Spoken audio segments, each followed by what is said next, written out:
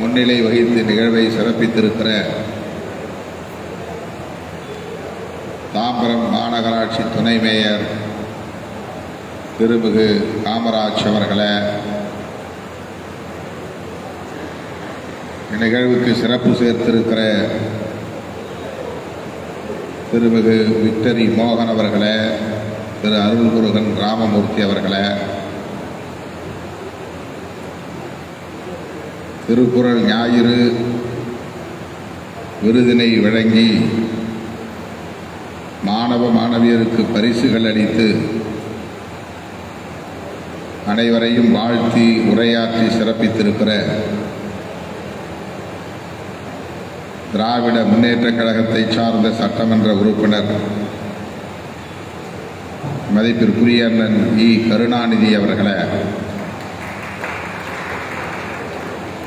திருக்குறள் அறம் விருதினை பெற்றுள்ள புலவர் ஐயா தா. வேலு அவர்களே, நன்றியுரை ஆற்றவிருக்கிற பச்சையப்பன் கல்லூரியின் மேனாள் முதல்வர் பேராசிரியர் முனைவர் அரங்கசாமி அவர்களே, மற்றும் இந்த நிகழ்வில் என்னோடு வருகை தந்திருக்கிற அருமை தோழர்கள் கு.க. பாவலன் அவர்களே, திருநீர்மலை தமிழரசன் அவர்களே, பொறியாளர் சாமுவேல் அவர்களே, ஸ்ரீராம் இனிய வளவன் பம்மன் சுப்பிரமணி, எம்ஐடி கார்த்திக், ஜெகதீசன், முருகன், தே. ரமேஷ், பெருமா செல்வம், ஜெயந்தி, பாஸ்கர், தன்ராஜ், சுரேஷ் ஆகிய தம்பிகளே, மற்றும் இந்த நிகழ்விலே ஆசிரியர் செம்மல் என்னும் விருதினை பெற்றுள்ள ஆசிரியர் பெருமக்களே, திரளாக கூடியிருக்கிற தமிழ் சொந்தங்களே, உங்கள் அனைவருக்கும் என்னுடைய பணிவார்ந்த வணக்கத்தை தெரிவித்துக் கொள்கிறேன்.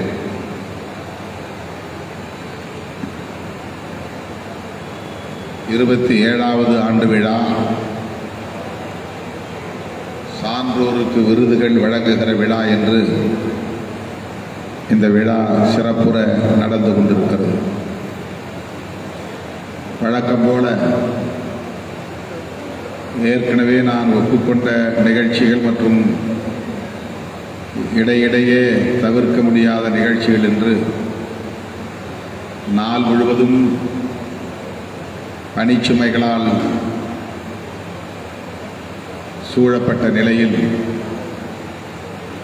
காலம் தாழ்ந்து வர நேர்ந்தது. காலம் தாழ்ந்து வர நேர்ந்தமைக்காக வருத்தத்தை தெரிவித்துக் கொள்கிறேன், பொறுத்தருள வேண்டுகிறேன்.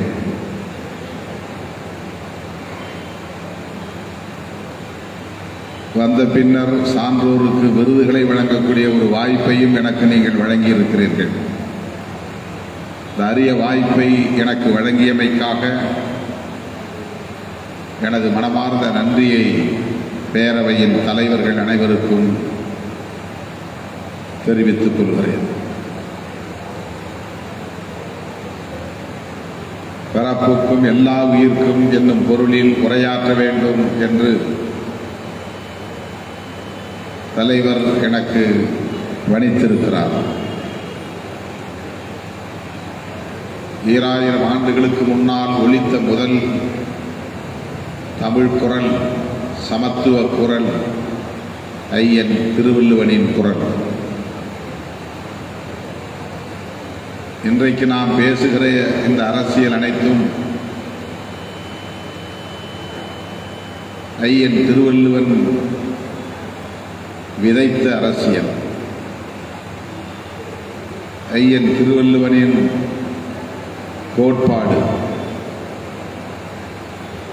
பகுத்தறிவு பகலவன் தந்தை பெரியார் பேசினாலும், அவரது சமகாலத்து தலைவர் புரட்சியாளர் அம்பேத்கர் அவர்கள் பேசினாலும்,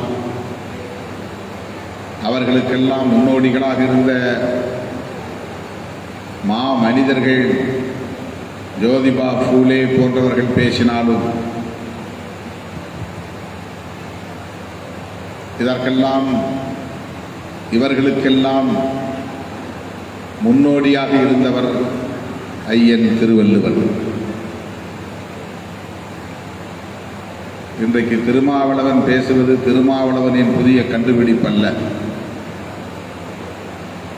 சமத்துவம் வேண்டும் என்று நாம் பேசுகிறோம் என்றால் அது தனிப்பட்ட முறையிலே நான் புதிதாக முன்வைக்கக்கூடிய ஒரு கோரிக்கை அல்ல, அல்லது ஒரு புதிய கோட்பாடு அல்ல, ஒரு புதிய அரசியல் அல்ல. பிறப்புக்கும் எல்லா உயிர்க்கும் என்கிற சொற்றொடரில் அவ்வளவும் அடங்கியிருக்கிறது. அதுதான் சமத்துவ கோட்பாடு. சமத்துவம் என்பது மானுடத்தின் தவிர்க்க முடியாத ஒரு வேட்கை.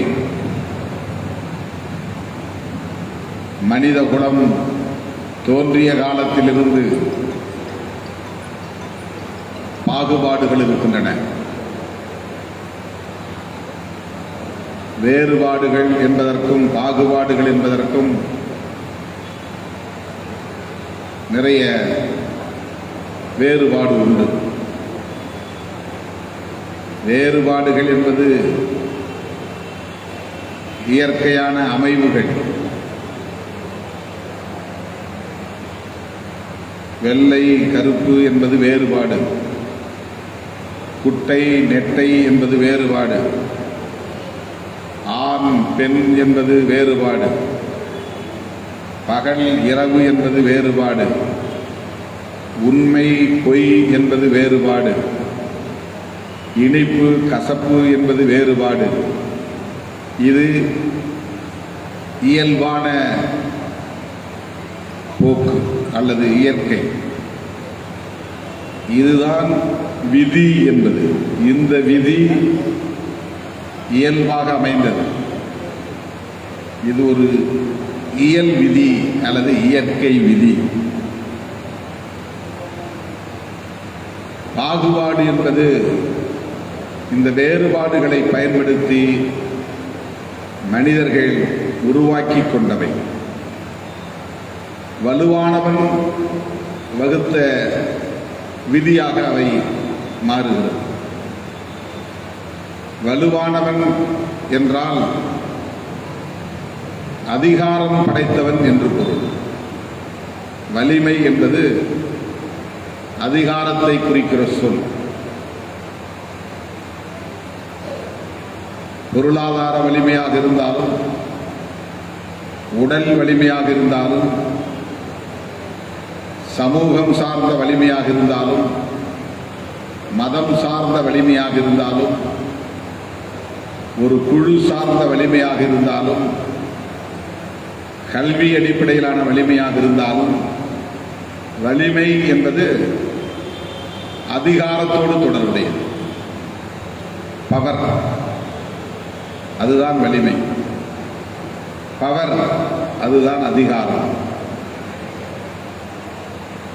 பவர், அதுதான் ஸ்ட்ரெங்க். ஆக வலிமை என்பது அதிகாரத்தோடு தொடர்புடையது, அல்லது வலிமை என்றால் அதிகாரம் என்று பொருள். அதிகாரம் என்றால் வலிமை என்று பொருள். அதிகாரம் படைத்தவர்கள் வரையறுக்கிற விதிகள் பாகுபாடுகளுக்கு காரணமாக அமைந்து விடுகின்றன. பாகுபாட்டை ஆங்கிலத்தில் டிஸ்கிரிமினேஷன் என்று சொல்லுகிறோம். வேறுபாட்டை ஆங்கிலத்தில் டிஃபரன்சஸ் என்று சொல்லுகிறோம். டிஃபரன்சஸ் என்பது வேறு, டிஸ்கிரிமினேஷன் என்பது வேறு. நாம் டிஸ்கிரிமினேஷன் கூடாது என்கிறோம், பாகுபாடுகள் கூடாது என்கிறோம். அதுதான் சமத்துவம் என்கிற கோட்பாட்டை இலக்காக கொண்டிருக்கிறது. ஏன் டிஸ்கிரிமினேஷன் கூடாது, சமத்துவம் வேண்டும் என்பதிலிருந்து அது தொடங்குகிறது. சமத்துவம் என்றால் எல்லோருக்கும் சமமான பொருளாதார வசதி இருக்க வேண்டும் என்று பொருள் இல்லை. எல்லோருக்கும் சமமான வீடுகள், எல்லோருக்கும் சமமான வருமானம், எல்லோருக்கும் ஒரே பட்டம், கல்வி, எல்லோரும் டாக்டராக இருக்க வேண்டும், எல்லோரும் பொறியாளராக இருக்க வேண்டும் என்கிற சமத்துவம் அல்ல. சமத்துவம் என்பது ஒருவரை ஒருவர் எவ்வாறு அணுகுகிறோம், மதிக்கிறோம், மதிப்பீடு செய்கிறோம் என்பதோடு தொடர்புடையது. சமத்துவம் என்பது மதிப்பீடு என்று பொருள். மனிதனை மனிதன் எவ்வாறு மதிக்கிறோம் என்பதுதான். ஆண் மேலானவன், பெண் ஆணுக்கு கட்டுப்பட்டவள் என்றால் அது டிஸ்கிரிமினேஷன். ஆணாயிருந்தாலும் பெண்ணாயிருந்தாலும் அவர்கள் இருவரும் ஒன்றுதான் என்று கருதுவது சமத்துவம். பிறப்பால் நான் உயர்ந்தவன், பிறப்பால் இவன் தாழ்ந்தவன், இதுதான் டிஸ்கிரிமினேஷன், இதுதான் பாகுபாடு. இது மனிதன் உருவாக்கியது, இயற்கை உருவாக்கியதல்ல. மேடு பள்ளம் இயற்கை உருவாக்கியது, மலை மடு இயற்கை உருவாக்கியது, இரவு பகல் இயற்கை உருவாக்கியது.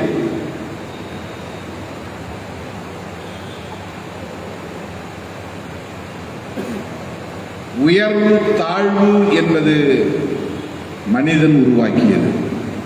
பிறப்பின் அடிப்படையில் உயர்ந்தவன், பிறப்பின் அடிப்படையில் தாழ்ந்தவன் என்பது இயற்கை உருவாக்கியதல்ல. ஆகவே பாகுபாடு என்பது மனிதன் உருவாக்கியது என்றால் எந்த மனிதன்? வலுவான மனிதன். வலுவான மனிதன் என்றால் யார்? அதிகாரம் படைத்தவன். அதிகாரம் படைத்தவன் என்றால் யார்? அவன்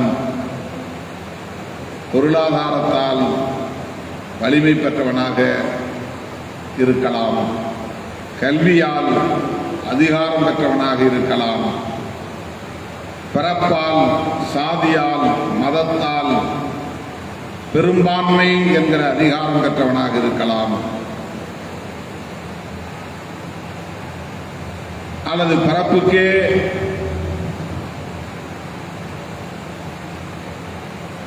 ஒரு பாரம்பரியத்தை தொடர்புபடுத்தி அதன் அடிப்படையில் உயர்வு தாழ்வு போதிக்கப் பெற்று அதை நிலைநாட்டிய வலிமை பெற்றவனாக இருக்கலாம். ஆகவே பாகுபாடு என்பதுதான் மனிதர்களிடையே முரண்களை உருவாக்குகிறது. பாகுபாடு என்பதுதான் பகையை வளர்க்கிறது. பாகுபாடு என்பதுதான் மோதல்களுக்கு வழிவகுக்கிறது. பாகுபாடு என்பதுதான் ஆதிக்கத்திற்கு இடம் கொடுக்கிறது. பாகுபாடு என்பதுதான் சுரண்டலுக்கு வழிவகுக்கிறது. ஒருத்த உழைப்பை இன்னொருத்த எக்ஸ்ப்ளாய்ட் பண்றான், சுரண்டல், ஏய்க்கிறான். அவனுடைய வலிமையை பயன்படுத்தி பிறரின் உழைப்பை சுரண்டுவது. உழைப்பு சுரண்டலுக்கு அது இடம் கொடுக்கிறது. எது? பாகுபாடு. இந்த பாகுபாடு சமத்துவமின்மையை உருவாக்குகிறது. சமத்துவமின்மையை நிலைநாட்டுவதற்கு, அதை தக்க வைப்பதற்கு வலுத்தவனிடையே ஒரு செயல் திட்டம் தேவைப்படுகிறது. தொடர்ந்து அவன் அந்த அதிகார பீடத்திலேயே இருக்க வேண்டும். அவனுடைய தலைமுறையினரும் அதை தக்க வைத்துக் கொள்ள வேண்டும். அது தலைமுறை தலைமுறையாய் நீடிக்க வேண்டும். அதற்கு அவன் அதற்கான செயல் திட்டங்களை வரையறுக்கிற போது அவன் வகுத்துக் கொள்ளுகிற நீதி புராணங்களாகவும் இதிகாசங்களாகவும் இங்கே படைக்கப்பட்டிருக்கின்றன. அவை பாகுபாடுகளை நியாயப்படுத்துகின்றன. பாகுபாடு என்பதும் இயற்கையின் படைப்புதான், இயற்கையின் நியதிதான் என்று அவை திரும்ப திரும்ப போதிக்கின்றன. உயர உயர பறந்தாலும் ஊர் கூர்ந்து பருந்தாகுமா முதுமொழி. நீ என்னதான் படித்து பெரிய பட்டதாரியாக இருந்தாலும் நீ பிறப்பால் சாதியால் கீழானவன் தான். நீ எவ்வளவுதான் உயர உயர பறந்தாலும் ஊர்க்குருவிதான், உன்னால் பருந்தாக முடியாது. நியாயப்படுத்துகிற முயற்சி, சமத்துவத்தை நிராகரிக்கிற மறுதலிக்கிற முயற்சி, இது காலம் காலமாக தொடர்ந்து நீடித்து வந்திருக்கிறது, நிலைத்திருக்கிறது. 2000 ஆண்டுகளுக்கு முன்னால் வள்ளுவர் இந்த போர்க்குரலை எழுப்பியிருக்கிறான், பரப்புக்கும் எல்லா உயிர்க்கும் என்று. அப்படி என்றால் அவன் வாழ்ந்த காலத்தில் எவ்வளவு பாகுபாடுகளை சமூகத்தில் மானுடத்தில் அவன் பார்த்திருக்கிறான் என்று நமக்கு புலப்படுகிறது. ஐயன் திருவள்ளுவருக்கு இந்த பாகுபாட்டை எதிர்க்க வேண்டும் என்கிற துணிச்சல் வந்ததென்றால் வள்ளுவனுக்கு முன்பிருந்தே இந்த எதிர்ப்பு இருந்திருக்கிறது என்று பொருள். திடீரென்று சுயம்புவாக ஒருவன் அப்படி உருவாகிவிட முடியாது. வள்ளுவன் பிறப்புக்கும் எல்லா உயிர்க்கும் என்று சொன்னால் அதில் 2 உண்மை அடங்கி இருக்கிறது. ஒன்று, பிறப்பின் அடிப்படையில் உயர்வு தாழ்வு வள்ளுவன் காலத்திலேயே பெரிய அளவில் இருந்திருக்கிறது. பிறப்பால் ஒருவன் உயர்ந்தவன் ஒருவன் தாழ்ந்தவன் என்கிற இந்த பாகுபாடு நீடித்து நிலைத்திருந்திருக்கிறது என்பது ஒரு செய்தி. இன்னொரு செய்தி, அதை எதிர்த்து பேசுகிற துணிச்சலும் சிந்தனையும் வள்ளுவனுக்கு முகிழ்த்தது என்றால் அவனுக்கு முன்னோடிகள் இருந்திருக்கிறார்கள் என்று பொருள். வள்ளுவனுக்கு முன்பே இந்த பிறப்பின் அடிப்படையிலான உயர்வு தாழ்வை எதிர்த்து பேசக்கூடிய ஆளுமைகள் தோன்றி இருக்கிறார்கள் என்று பொருள். அது பல 1000 ஆண்டுகள் நீடித்திருக்கலாம். ஆகவே இது ஒரு தொடர் நிகழ்வுகளாகவே மனித குலத்தில் நிலைத்து வந்திருக்கிறது, நீடித்து வந்திருக்கிறது, இன்னும் தொடர்ந்து கொண்டே இருக்கிறது. திருக்குறள் இன்றைக்கு உலக மாந்தர்கள் அனைவருக்குமான பொதுமறையாக ஏற்கப்பட்டிருக்கிறது. கிறித்தவம் பைபிளை தனக்கான வேத நூல் என்று அறிவித்திருக்கிறது. உலகத்தில் உள்ள எல்லா மொழிகளிலும் கிறித்தவத்தை ஏற்றுக்கொண்டவர்களால் மொழிபெயர்க்கப்பட்டிருக்கிறது. குர்ஆன் உலகமெங்கும் இருக்கிற இஸ்லாமியர்களால் அவரவர் தாய்மொழிக்கு மொழியாக்கம் செய்யப்பட்டிருக்கிறது. அது இஸ்லாமியர்களால் அவரவர் தாய்மொழிகளில் மொழியாக்கம் செய்யப்பட்டது. ஆனால் பைபிளை போல குர்ஆனை போல இல்லாமல் ஒரு குறிப்பிட்ட மதம் சார்ந்தவர்களால் மொழியாக்கம் செய்யப்படாமல் அனைவருக்குமான பொதுமறை என்ற அடிப்படையில் உலகில் ஒரு நூல் அனைத்து மொழிகளிலும் மொழியாக்கம் செய்யப்பட்டிருக்கிற பெருமை உடைத்து என்றால் அது திருக்குறளுக்கு மட்டும்தான். பைபிளை ஏன் உலக மொழிகளில் மொழியாக்கம் செய்தார்கள் என்றால் உலகமெங்கும் வெவ்வேறு மொழிகளை பேசுகிற மக்களுக்கு பைபிள் தேவைப்பட்டது, அதனால் மொழியாக்கம் செய்தார்கள். உலகமெங்கும் இருக்கிற இஸ்லாமியர்களுக்கு அவரவர் தாய்மொழியில் குர்ஆன் தேவைப்பட்டது, அதனால் மொழியாக்கம் செய்து கொண்டார்கள், மாற்றி எழுதி கொண்டார்கள். அப்படி திருக்குறளை இந்துக்கள் மட்டுமே மொழிபெயர்த்தார்கள் என்று இதை சொல்ல முடியாது. தமிழர்கள் மட்டுமே மொழிபெயர்த்தார்கள் என்று சொல்ல முடியாது. உலகம் முழுவதும் இருக்கிற அறிவார்ந்தவர்கள் அனைவரும் திருக்குறளை உணர்ந்து இதர மொழிகளில் மொழியாக்கம் செய்திருக்கிறார்கள். இந்த சிறப்பு திருக்குறளுக்கு மட்டும்தான். இது ஒரு பொதுமறை என்று அதனால்தான் மனித குலத்தின் பொதுமறை, மானுடத்தின் பொதுமறை என்று போற்றப்படுகிறது. அதற்கு என்ன சிறப்பு, என்ன காரணம் என்றால் இது ஒரு சார்பு நிலை எடுக்கவில்லை. இதனுடைய கருத்தியல். சில பேர் இது சமண நூல் என்பார்கள், சில பேர் இது சைவ நூல் என்பார்கள், சில பேர் இது பௌத்த நூல் என்பார்கள். அப்படி நாம் முத்திரை குத்த முயற்சிக்க கூடாது. அது வள்ளுவரை கலங்கப்படுத்துவதாக அமைந்துவிடும். எந்த சார்பும் இல்லாமல் எழுதப்பெற்ற ஒரு நூல், எந்த அடையாளத்தையும் உயர்த்தி பிடிக்காத ஒரு நூல், ஒட்டுமொத்த மானுடத்திற்கும் மனித குலத்துக்கும் வழிகாட்டக்கூடிய ஒரு நூல் திருக்குறள். பிறப்புக்கும் எல்லா மனிதர்க்கும் என்று எழுதவில்லை, பிறப்புக்கும் எல்லா உயிர்க்கும் என்று எழுதுகிறார். மனித குலத்தில் தானே பாகுபாடு இருக்கிறது.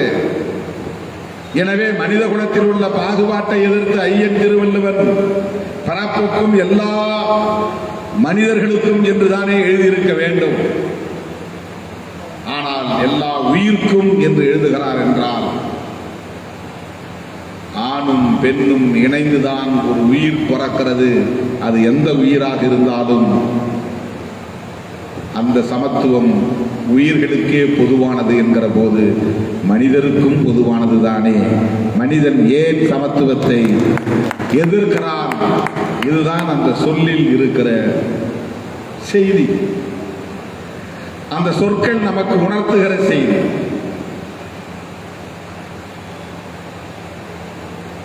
வள்ளலார் அதனால்தான் ஆன்மநேயம் பேசினார். வள்ளலார் மனிதநேயம் பேசவில்லை, ஆன்மநேயம். ஆன்மா என்றால் உயிர் என்றுதான், உயிர்மநேயம் அதுதான் ஆன்மநேயம். வாடிய பயிரை கண்ட போதெல்லாம் வாடினேன் என்று சொன்னார். வாடிய குழந்தைகளை கண்ட போதெல்லாம் வாடினேன் என்று சொல்லவில்லை. வாடிய மனிதர்களை கண்ட போதெல்லாம் வாடினேன் என்று சொல்லவில்லை. வாடிய பயிரை கண்டபோது வாடினேன் என்றால், ஆறறிவு படைத்த ஒரு ஞானி பயிர் வாடுகிற போது அந்த பயிரை போல் வாடினேன் என்றால், அந்த பயிர் நிலைக்கு தன்னை கொண்டு வந்து இணைப்படுத்தி பார்க்கிறான் என்று பொருள். தன்னையே பயிராக மாற்றிக் கொள்ளுகிறான் என்று பொருள். பயிர் நிலைக்கு அவன் இறங்கி வருகிறான் என்று பொருள். ஓரறிவு நிலைக்கு தன்னை தாழ்த்தி பார்க்கிறான், இணைத்து பார்க்கிறான், பொருத்தி பார்க்கிறான் என்று பொருள். ஒரு மனிதன் இன்னொரு மனிதனோடு தன்னை இணைத்து பார்க்கிற பக்குவம் இல்லாமல் இருக்கிறோம். எனக்கு வலிப்பது போல்தானே அவனுக்கும் வலிக்கும். அவன் வலித்து அழுகிறான் என்றால் அந்த வலி எப்படி இருக்கும் என்று நான் உணர்ந்தாலே ஆறறிவு மனிதனோடு என்னை பொருத்தி பார்க்கிற பக்குவத்தை பெற்றேன் என்று பொருள். ஆறறிவு உள்ள மனிதனோடு பொருத்தி பார்ப்பது, சாதி மதம் என்கிற வரையறைகளை எல்லாம் தாண்டி ஒரு மனிதனை தன்னோடு அவனோடு தன்னை இணைத்து பார்க்கிற, பொருத்தி பார்க்கிற, அவன் நிலைக்கு போய் பார்க்கிற, அவன் வலியை உணர்ந்து பார்க்கிற அந்த முதிர்ச்சி இருக்கிறதே, அது மனித நேயம். ஒரு பயிரின் நிலைக்கு தன்னை பொருத்தி பார்க்கிற அந்த உணர்ச்சி இருக்கிறதே, அது ஆன்மநேயம், உயிர்மநேயம். அந்த ஆன்மநேயம் தான் வள்ளலாரின் கருத்தியல். அந்த ஆன்மநேயம் தான் திருக்குறளின் கருப்பொருள். அதனால்தான் பிறப்புக்கும் எல்லா உயிர்க்கும் என்றார் ஐயன் திருவள்ளுவர். உயிர்களை வதைக்கக்கூடாது, அனைத்து உயிர்களையும் உயிராக மதிக்க வேண்டும், உயிரினமாக மதிக்க வேண்டும்.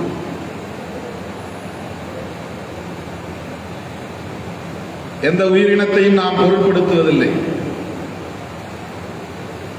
கொழு கொழு என்று ஒரு ஆட்டுக்குட்டியை பார்த்தால் உடனே மசாலா போட்டு தடவி அதை எப்படி சாப்பிடலாம் என்று எண்ணுகிறோம். அது ஒரு உயிர் என்று நாம் கருதுவதில்லை. அதை ஒரு பொருட்டாகவே நாம் மதிப்பதில்லை, அதை எடுத்துக்கொள்வதில்லை. நாம் அப்படி வளர்க்கப்பட்டிருக்கிறோம், பழக்கப்பட்டிருக்கிறோம். நம்முடைய சிந்தனை பழக்கமே அப்படி மாறி போயிருக்கிறது. அப்படித்தான் சாதிய உணர்வும் பழக்கப்பட்டிருக்கிறது. அவன் கீழ் சாதி என்றால் அவனை எப்படியும் நடத்தலாம், அவமதிக்கலாம், அது குற்றமில்லை, அது பிழை இல்லை என்கிற ஒரு உளவியல் இங்கே நிறுவப்பட்டு விட்டது. அது பொது உளவியலாக கட்டமைக்கப்பட்டிருக்கிறது. அது நியாயப்படுத்தப்பட்டிருக்கிறது. பெண்ணை எப்படியும் நடத்தலாம், மனைவியாயிருந்தாலும் தாயாயிருந்தாலும், அது இங்கே ஒரு பொது உளவியலாக கட்டமைக்கப்பட்டிருக்கிறது. எளியவர்களை எப்படியும் மிருகத்தை விடவும் கேவலமாக நடத்தலாம், உழைப்பவர்களை எப்படியும் அவமதிக்கலாம். இங்கே அது ஒரு பொது உளவியலாக கட்டமைக்கப்பட்டிருக்கிறது. உழைப்பவர்களை, வீட்டு வேலை செய்யக்கூடியவர்களை, கழிப்பறைகளை சுத்தம் செய்யக்கூடியவர்களை, துணி துவைப்பவர்களை, முடி திருத்துபவர்களை எப்படியும் அவர்களை அவமதிக்கலாம், வெளியே நிறுத்தலாம். இது ஒரு பொது உளவியலாக, சமூக உளவியலாக இங்கே கட்டமைக்கப்பட்டிருக்கிறது. அதில் குற்ற உணர்வே இல்லாத வகையிலே நம்முடைய உளவியல் இங்கே வளர்த்தெடுக்கப்பட்டிருக்கிறது. அது ஜீன் வழியாகவே தலைமுறை விட்டு தலைமுறை கடந்து வந்து கொண்டே இருக்கிறது. அது பிறப்பிலேயே அது நியாயப்படுத்தப்பட்டதாக மாறுகிறது. அப்படிப்பட்ட அந்த பாகுபாட்டை, மேலாதிக்க போக்கை, பிறப்பின் அடிப்படையிலான உயர்வு தாழ்வு என்கிற அந்த உளவியல் போக்கை தகர்க்க வேண்டும் என்று விரும்பினான் ஐயன் திருவள்ளுவன். அதனால் தான் பிறப்புக்கும் எல்லா உயிர்க்கும் என்று சொன்னான். இதனுடைய அடிப்படை கோட்பாடு சமத்துவம் என்பதுதான். திருக்குறளில் என்னென்னவோ பரிமாணங்களில் கருத்துகள் சொல்லப்பட்டிருக்கின்றன. அறத்துப்பால், பொருட்பால், இன்பத்துப்பால் என்று 3 பாலினங்களாக பிரித்து அவற்றை மொழியியல் வல்லுநர்கள், தமிழ் அறிஞர்கள், கருத்தியல் தர்க்கவியல் ஞானிகள், தத்துவ ஞானிகள் ஒவ்வொருவரும் ஒவ்வொரு கோணத்திலே அதற்கான புதிய புதிய விளக்கங்களை சொல்லி இருக்கிறார்கள். ஆனால் அடிப்படையில் அந்த நூல் ஒற்றை வரியில் சொல்ல வேண்டுமானால் சமத்துவத்திற்கான நூல், மானுட சமத்துவத்திற்கான நூல். அந்த புரிதலை நாம் மக்களிடத்திலே கொண்டு போய் சேர்ப்பதற்கு பாடாற்ற வேண்டும். அத்தகைய புரிதலோடு திருக்குறள் பேரவைகள் இயங்க வேண்டும். அதுதான் ஐயன் திருவள்ளுவருக்கு நாம் செலுத்துகிற உண்மையான சிறப்பாக இருக்க முடியும் என்பதை சொல்லி இந்த வாய்ப்புக்கு நன்றி கூறி முடிக்கிறேன். நன்றி, வணக்கம்.